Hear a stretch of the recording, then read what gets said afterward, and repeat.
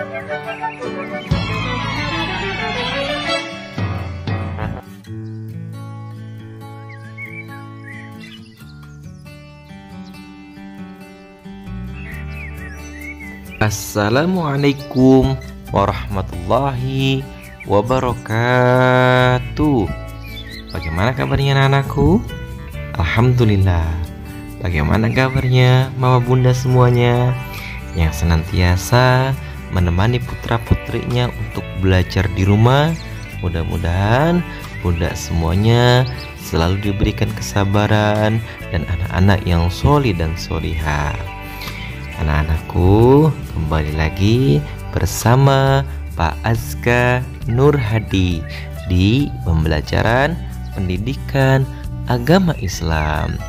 Baik anak-anakku yang soleh dan solehah, sebelum kita memulai pelajaran hari ini, alangkah lebih berkahnya, yuk sama-sama kita awali dengan membaca Bismillah, lalu disambung dengan doa sebelum belajar. Berdoa dimulai.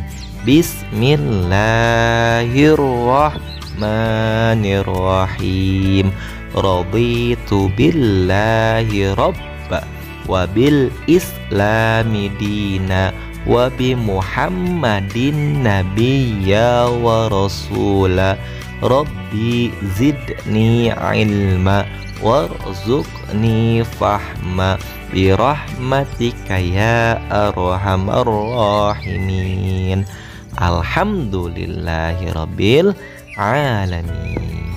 Baik anak-anakku yang solih dan solihah, pada pertemuan kali ini kita akan belajar pelajaran keempat dengan tema bersih itu sehat.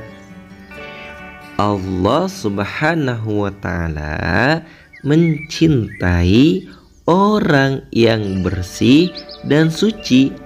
Hal ini telah dikatakan di dalam Al-Quran surat Al-Baqarah ayat 222 yang bunyinya A'udzu billahi minasy syaithanir rajim. Bismillahirrahmanirrahim.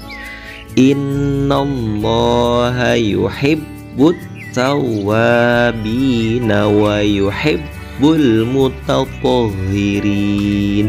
Yang artinya sesungguhnya Allah menyukai orang-orang yang bertaubat dan menyukai orang-orang yang mensucikan diri. Nah, anak-anak, bagaimanakah cara Islam mengajarkan kita untuk selalu bersih? Ya, yaitu dengan bersuci. Apa sih itu bersuci? Ya, bersuci menghilangkan kotoran, baik kotoran yang ada di badan, pakaian, dan tempat sholat pun harus bersih. Lalu bersuci itu menggunakan apa?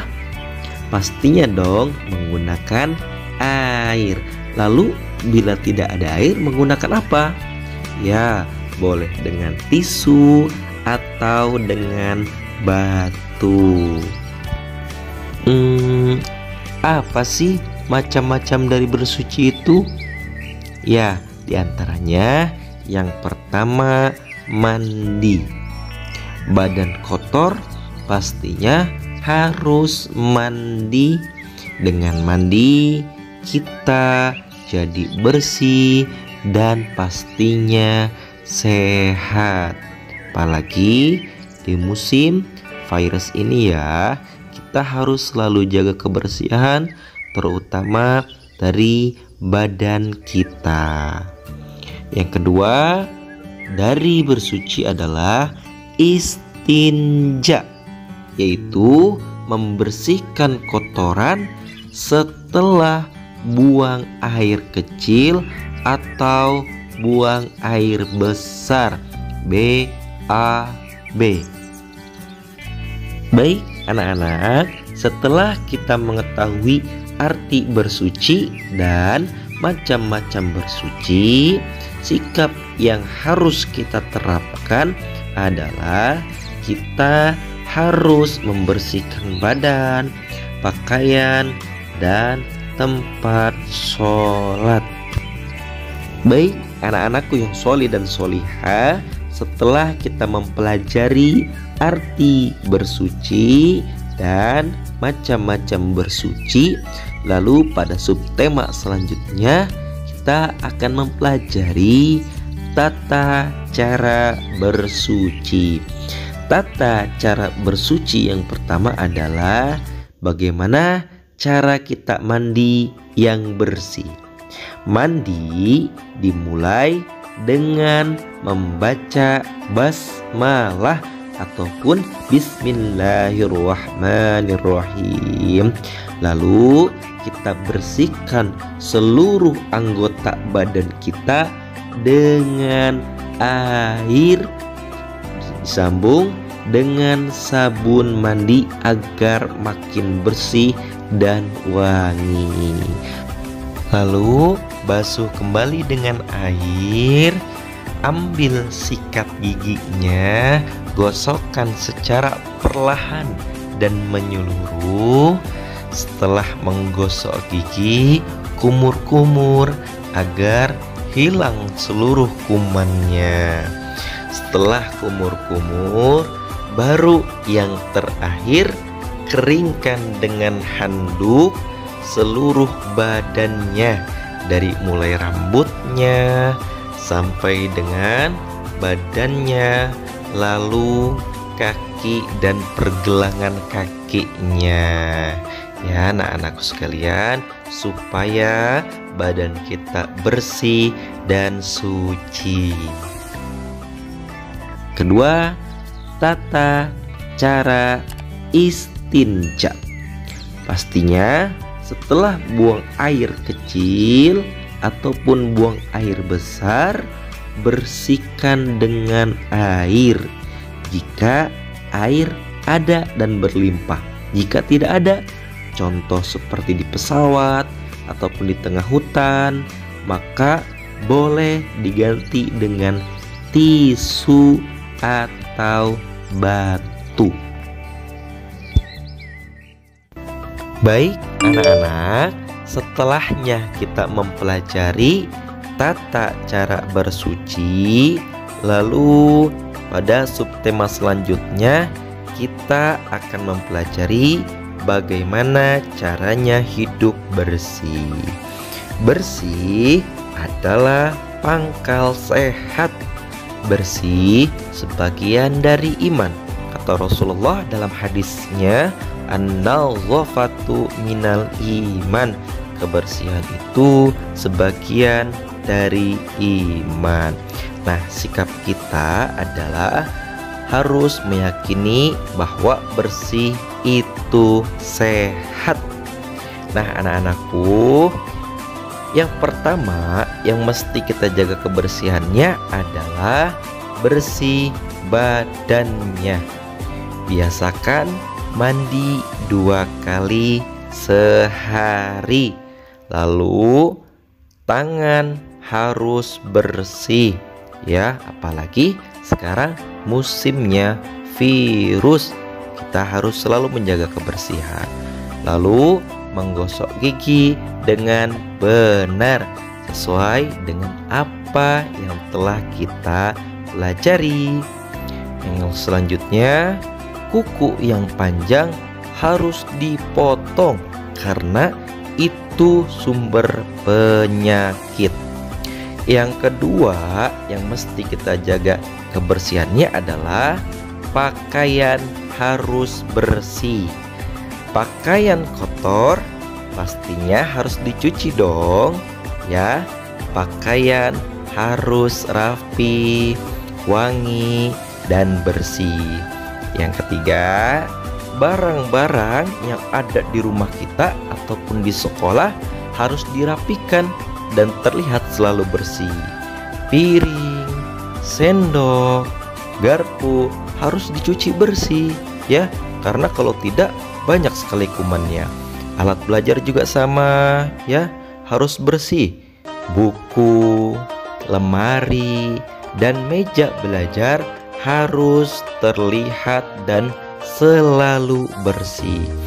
Yang keempat yang harus kita jaga kebersihannya adalah bersih tempat ataupun lingkungan. Rumah yang sehat selalu disapu setiap hari agar selalu bersih dan terlihat rapi. Halaman rumah pun harus bersih. Bersih dari apa? Ya, bersih dari sampah dan segala kotoran. Lalu tempat sholat pun harus bersih, karena apabila tempat sholat itu kotor, maka takutnya ada najis dan sholat kita menjadi tidak sah ya. Jadi tempat sholat kita harus juga dijaga kebersihannya, maupun di rumah ataupun di masjid. Setelah itu yang mesti kita jaga tempat yang bersih adalah tempat tidur kita ya. Mau tidur ataupun setelah tidur harus kita selalu bersihkan dan dirapihkan, karena ditakutkan ada binatang yang jahat ataupun kuman-kuman yang banyak ya, maka harus kita bersihkan. Nah, anak-anakku yang sholih dan sholihah, sikap selanjutnya yang mesti kita pelajari adalah aku selalu membantu orang tuaku di rumah dengan selalu menjaga kebersihan dan mempertahankan kerapihan. Saatnya berlatih.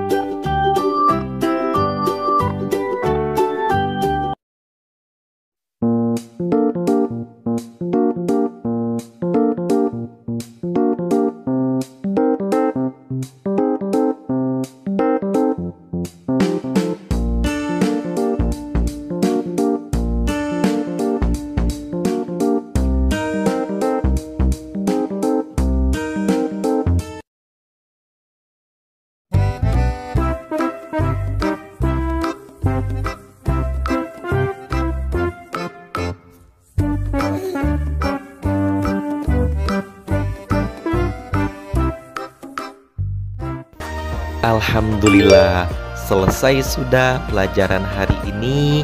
Mudah-mudahan apa yang telah kita pelajari menjadi ilmu yang bermanfaat. Mungkin dari Bapak cukup sekian.